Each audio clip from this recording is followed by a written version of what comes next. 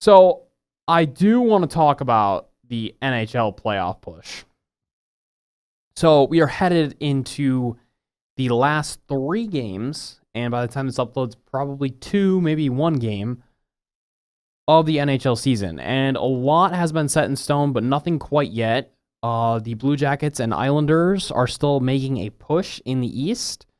The Flyers, the Senators, and the Bruins look like they will lock up the third spot in the Metropolitan for the Flyers and the 2 wild card spots for the Bruins and the Senators. And in the West, there's nothing really locked up right now. There's a lot of teams competing. I mean, the Oilers haven't even locked up the Pacific, even though they lead it.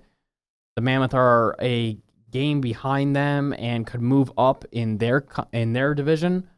You're looking at the Ducks, who are still alive. The Sharks are still alive, even though the Oilers killed them the other day. There's just a lot of teams that are still alive in the West and still could compete. But at this point, from a broader perspective, when we're looking at 16 teams getting in, I had proposed last week to you that maybe it should just be the 12 best teams, and maybe regardless of conference. And I think that that's an open discussion that could have some backlash to it. There's people that would agree, would disagree. They like to see their team get into the wild card spot and compete or have a chance at competing. And yes, upsets happen, but this year, especially in the West, one of the wild card teams is not going to be very good. They're going to look absolutely terrible. But I don't think there's a lot you could do with it. So when we look at this NHL playoffs, the contenders that I look at and what I wanted to specifically talk about in the West, I look at those top 3 seeds. The Avs, the Stars, the Wild. They're contenders, for sure. They could all be contenders. And then I look at some other teams like the Oilers, and I think that they could contend too. I look at the Golden Knights. I think they're a little too injury-riddled to be contenders. I think that they will make the playoffs, but I don't think that they're going to do enough in those playoffs. So for them, it's around the same story as the Oilers. They have the talent. One team has Connor McDavid, and the other team doesn't have Connor McDavid. But for those teams, they could contend possibly, but probably not this year. I think it's those top 3 seeds in the West. Now, when I look at the East, I have a lot of altering opinions. I think that Tampa looks like the best team right now. I think that the Sabres are probably frauds. I think that the Canadiens are a one-off team this year. There's nothing you could point to specifically other than goaltending that they are really excelling in above other teams. I think they're just the ability for them to win games. They have done very well this season. Then you move on. You keep going down the conference. You hit the Metro, and you look at the Hurricanes. I think they are real contenders, and they've looked head and shoulders above every other team in that conference this season. So I think they could win it. I think those are the 2 real contenders. Do I think my Penguins are a contender is the real question. The answer to that is a resounding no. Can they make it out of the first round if there's a battle of PA, which is what it looks like right now? Yeah, I'm very confident that they will beat the Flyers in the first round. But once they get out of the first round, you are going to have to face one of those teams that I've aforementioned, and I just don't see them getting out of that. I don't see them getting out of a series with Carolina, with Tampa, with Buffalo even. Montreal, probably a toss-up, but I think most people would take Montreal right now. And then other teams in that conference, like the Bruins, I would not take the Penguins in a series against the Bruins. The Bruins look young, talented, and really, really dialed in right now at the end of the season. I might take them against the Senators. I think that they would beat them in a series, but these are the 2 wild card teams that you're talking about in the Flyer. Well, the third in the Metro in the Flyers and 1 wild card team in the Senators that you're talking about. So I just don't think that the Penguins are real contenders this season. And getting into why, I think that they have beat up on the bad teams and gotten to where they are because of that. If you really look at it in a broad perspective, They haven't had good records against the Lightning, against the Sabres, and against teams even like the Canadiens. I think that this team is an up-and-coming team. Going from being last in the Metro last year to being second is huge. I think it's big steps in the right direction. I think Kyle Dubas is the best GM in the league right now. He's really proving that with all of the moves that he's made. I think there was 53 moves in the last year, 53 different trades. That's just absurd. And it has formed the team that is there right now. And I think they still have yet to make some of those big swing moves. There's a lot of talk about Connor Bedard being interested. Well, not him being interested, but fans being interested in making a big swing for him. And I'm sure that Dubas is listening and hearing that we want to make a big swing. I'm not sure if it'll happen in the offseason. I really like how the team's playing right now, but I think goaltending has to be on the top of your noggin right now. As Skinner goes down and Sergei Marashov is brought up, I've seen a lot of comparisons to Matt Murray by fans. They have a lot of parallels of when they got brought up, when they were born, or how old they were when they got brought up, and what kind of run they could go on and what kind of run they were going on in the AHL before being brought up. I do not think that is going to happen again.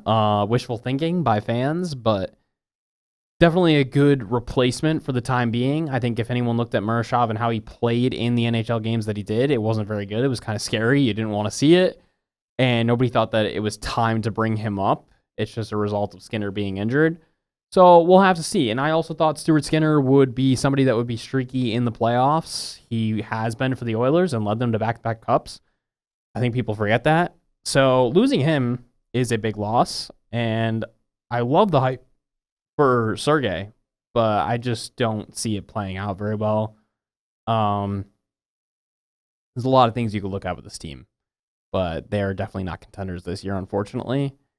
And they will be for years to come. I really hope so, but getting into the playoffs for the first time since 2021, that is an accomplishment in and of itself. Let's move to our last topic. I want to talk about Draymond Green. So he had a post-presser after the Warriors' most recent game and sounded off on the fact that Seth Curry at the end of the Kings game was getting fouled nonstop. And basically said, yeah, this is blatant tanking. The league's not going to do anything about it. The league finds players like me for doing lesser stuff, but blatantly cheating, in this case, tanking and trying to lose a game, they're not going to get fined for. They're not going to get picks taken away. So basically playing the victim card and saying that, I get punished, and Draymond, you do get punished because you do a lot on the court. But in this aspect, yes, teams are tanking. And yet again, we have another year where the Miami Heat and the Golden State Warriors are in the play-in, contrary to other teams who punt on the season. They don't even want to be in the play-in. They want a lottery pick. They want to have a chance at a top 5 pick. And it's totally fair to be doing that. If you're able to play the system, you should play it. And being a Heat fan, it frustrates me that we don't play the system because this year they do not have a talented enough team to compete, but they're still riding off of what's never going to happen again, which is an 8 seed from 2022 in the Miami Heat going to the finals and having a chance at a championship. This team this year has no chance of doing that. They might be riding off of Bam's 83, whatever it may be. And even if they had lost their last 10 games of the season, they were never going to be in position to even get that 11 seed and get out of the play-in. There's such a discrepancy. There's about an 11 game / 10 game in both the Eastern and Western Conference difference between these teams. So now with the play-in basically being set and is set in the West and basically being set in the East, there's nothing to look for or watch for at the end of the season. As we hit this last 5-game stretch, there's nothing entertaining about knowing what 20 teams at the end of the season are going to compete and what 12 teams look like the real contenders. There's nothing interesting about it.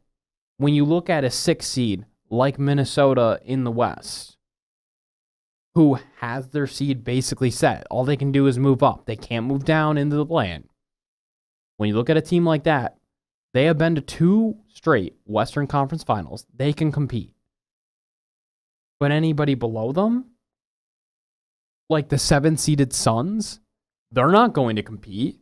You know that they can win a first round, but once they get out of that, they're not going to do anything. And if they get matched up like they are going to be in the play-in with either the Thunder or the Spurs, you know they have no chance. There's just a lot of this in the NBA that's happening right now. And I think COVID was an excuse to use the play-in because you didn't know what teams were good and what weren't. But now we're out of COVID, and we are no longer in need of a play-in. Even Draymond said it himself. This team doesn't deserve to still have a chance to compete at the end of the year. He blatantly, he just said it. He said it straight up. We have not done good enough. We have not played good enough to be in the position we are and still have a chance. And yet they are. And yet the Miami Heat are. I mean, at this point, I would call it the Heat and Warriors Invitational, the way that they have been in it the last 3 years. It's frustrating as a fan of either of those teams because you know that those athletes are going out there and giving it their all. But if you're a fan of the Pacers this year, who absolutely punted on their season, you don't even have to tune in anymore because you know you're trying to lose games. If you're a fan of the Jazz, the Kings even, you don't have to tune in anymore. You don't need to see if your team's winning games. You just need to keep track of where they are and what's their percentage chance that they could get the number 1 pick or a top 5 lottery spot. It's a disgrace across both conferences. The NBA needs to come in and have rules set in place, punishments set in place for these teams that are manipulating the system. More specifically, teams like the Wizards, who are deciding not to play AD, played Trae Young for a couple games, and then they're like, nope, we're not playing him anymore. He's going to be sat for the season. Teams like the Bucks, who urged Giannis to sit out for the rest of the season. Do you think they're urging Giannis because they care for his safety? When has an organization ever urged a player that, when fully healthy and felt like he could come back, to sit out for the rest of the season? The answer is never. Organizations don't do this because they want to see that athlete succeed and they want to see them use their fullest potential while they're young enough to do it. The reason that the Bucks wanted to sit Giannis was so that his trade value would stay the same, so he wouldn't get hurt when he was out there, and they'd be able to trade him at the same value as they were negotiating during the trade deadline. And there were teams that they were close to pulling the trigger with, like the Miami Heat, but decided not to and decided to opt out because maybe his trade value could go up. Not because we're trying to find him a good home, not because we care about Giannis whatsoever, even though he brought our city a championship, but because we want the trade value. And we are interested in tanking now so we can become a better team later. The fact that this NBA playoffs is already set, it gives fans no reason to watch the rest of the season. And there's no excuse for even wanting a play-in to this point. I just want to know as well, who's tuning in to the play-in? Why has this not been eliminated? I think that more people tune into the play-in than most games in the regular season, but some regular season games have higher ratings at the end of the season, like you saw the other night in the NHL with the Flyers-Bruins game on a Sunday. That brought in more viewers than they had all year, and that is a regular season game. It's not a play-in game. If teams were still competing for their spot at the end of the season and it was competitive, it would be entertaining. Would eliminating the play-in get rid of that? Would it get rid of tanking and going for a lottery pick? Absolutely not. But at the end of the season, you would get the 8 best teams, and you wouldn't have somebody like Draymond Green on the podium saying, we don't deserve to be here. This has been another week of the sit down. I hope you enjoyed watching. If you did, leave a like and subscribe. Share the video to any of your friends and family. keep them informed on anything going on in sports. I'm Daniel. I will see you next week.